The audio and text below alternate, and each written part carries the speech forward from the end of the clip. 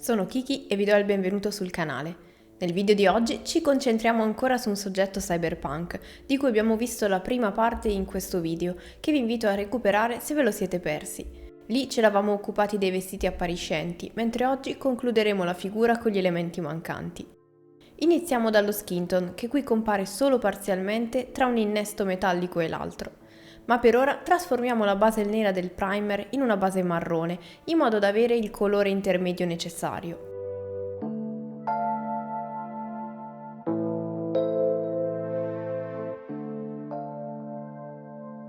Con il Dark Rust, appena più chiaro, o semplicemente schiarendo con l'avorio e arancione il colore precedente, mettiamo in evidenza i volumi del viso come il naso, la fronte e gli zigomi.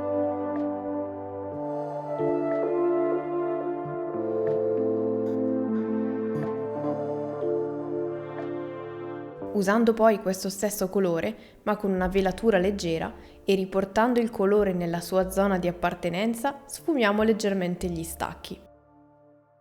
Uniamo poi del nero al marrone usato per la base, per creare ancora con una velatura leggera le zone di ombra. Inoltre ne approfittiamo per scurire anche le zone del viso adiacenti ad oggetti che potrebbero fare ombra, come appunto gli occhiali.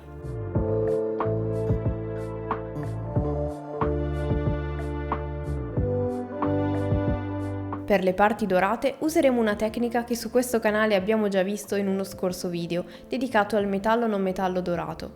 Qui sarà in versione molto semplificata, più che in quel video, date le piccole zone da coprire. Creiamo una base rendendo più coprente il Sahara Yellow con un po' di Dark Rust usato prima. Con questo creiamo una base a tutti gli oggetti che intendiamo fare dorati.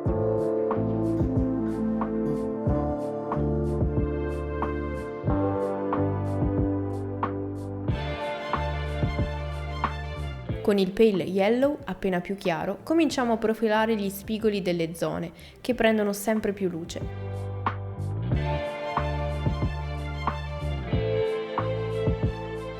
Sfumiamo poi appena gli stacchi con una velatura di Sahara Yellow e successivamente anche una miscela più scura, per sfumare il nuovo stacco che si sarà eventualmente creato. Se non disponiamo delle diverse tonalità di giallo chiaro che usiamo in questa fase, basta aggiungere bianco o avorio al giallo o al color ocra per avere l'intera gamma.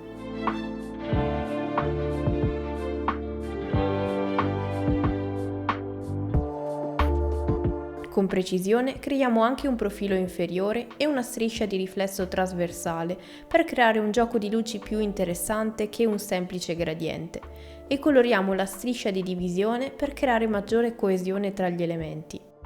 Con la tonalità più chiara schiariamo i profili e, se necessario, restringiamo la zona in modo che risulti davvero sottile e gradevole. Prima di passare agli altri innesti, ci soffermiamo un attimo sulle labbra, alle quali ho deciso di dare un colore già presente sulla miniatura, ovvero il viola, per creare un maggiore richiamo cromatico.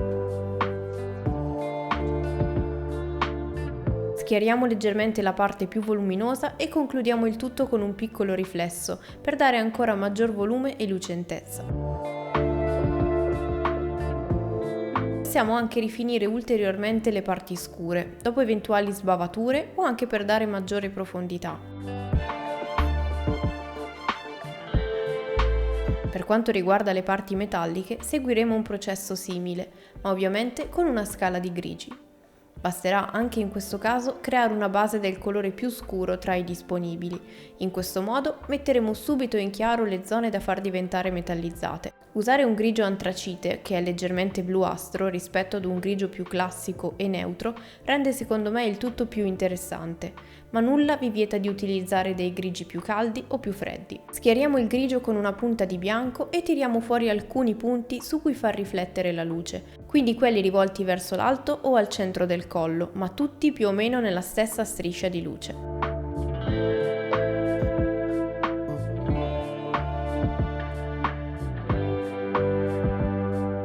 Sfumiamo gli stacchi fino ad ottenere un risultato liscio e gradevole e mettiamo in risalto dei punti finali per raccogliere la luce. Il metallo non metallo è una tecnica che spaventa molti, ma come abbiamo già visto nei video precedenti, può essere inserita in piccoli elementi per sperimentare con un effetto diverso rispetto a quello ottenibile dai colori metallizzati classici e per ottenere un gioco di luci e ombre un po' meno casuale.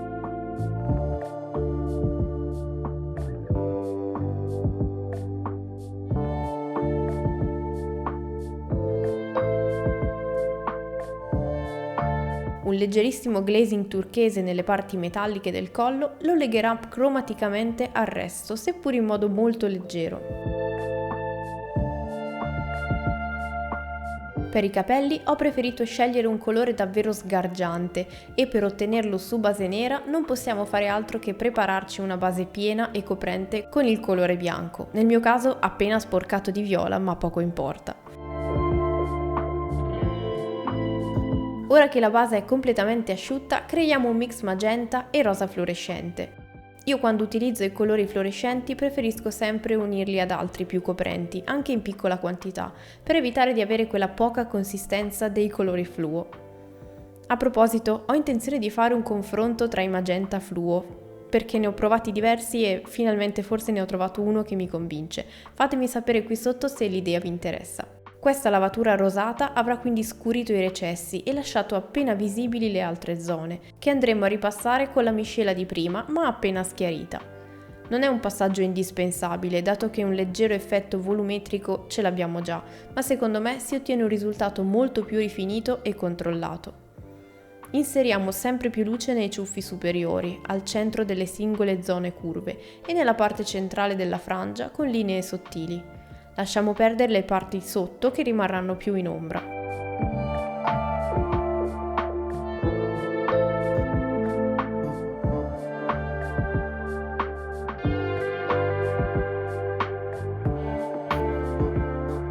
Anche i capelli adesso sono fatti e non ci resta quindi che dedicarci agli ultimi due elementi, ovvero l'arma e gli occhiali. Partendo quindi con l'arma, iniziamo creando una base grigia scura, come per il metallo non metallo, ma presto ci creeremo sopra qualcosa di un po' più appariscente. In questa fase vedrete degli occhiali che poi non mi convincevano e che ho deciso di coprire, quindi quelli li vedremo nel dettaglio solo alla fine. Per creare una sorta di skin personalizzata sull'arma, immaginando che un personaggio del genere potesse averla, ho semplicemente usato i colori già presenti sulla tavolozza per colorare sezioni dell'arma, ma solo nelle facce laterali, lasciando scuri i recessi e la parte inferiore.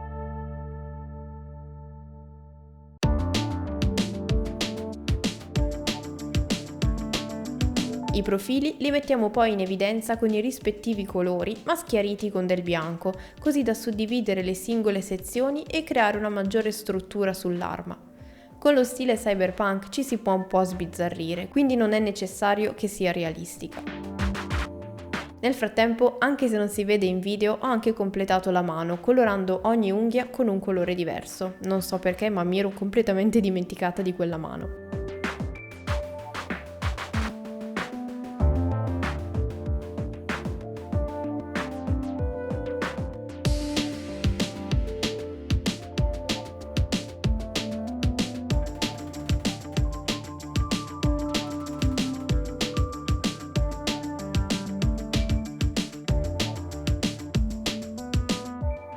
Ora che anche l'arma è finita, mancano solo gli occhiali, che per evitare di aggiungere altri colori al soggetto, ho preferito rifare e ricreare l'effetto dorato degli innesti.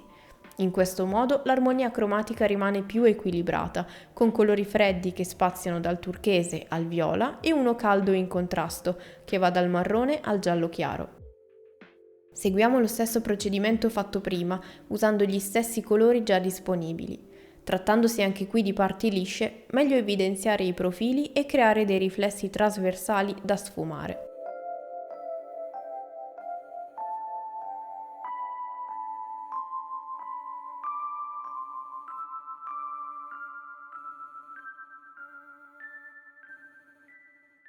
Con una velatura nera scuriamo la parte più alta, come se ricevesse meno luce della sezione inferiore. Creiamo poi dei riflessi molto stilizzati da schiarire nella parte bassa, in opposto alla velatura nera applicata poco fa.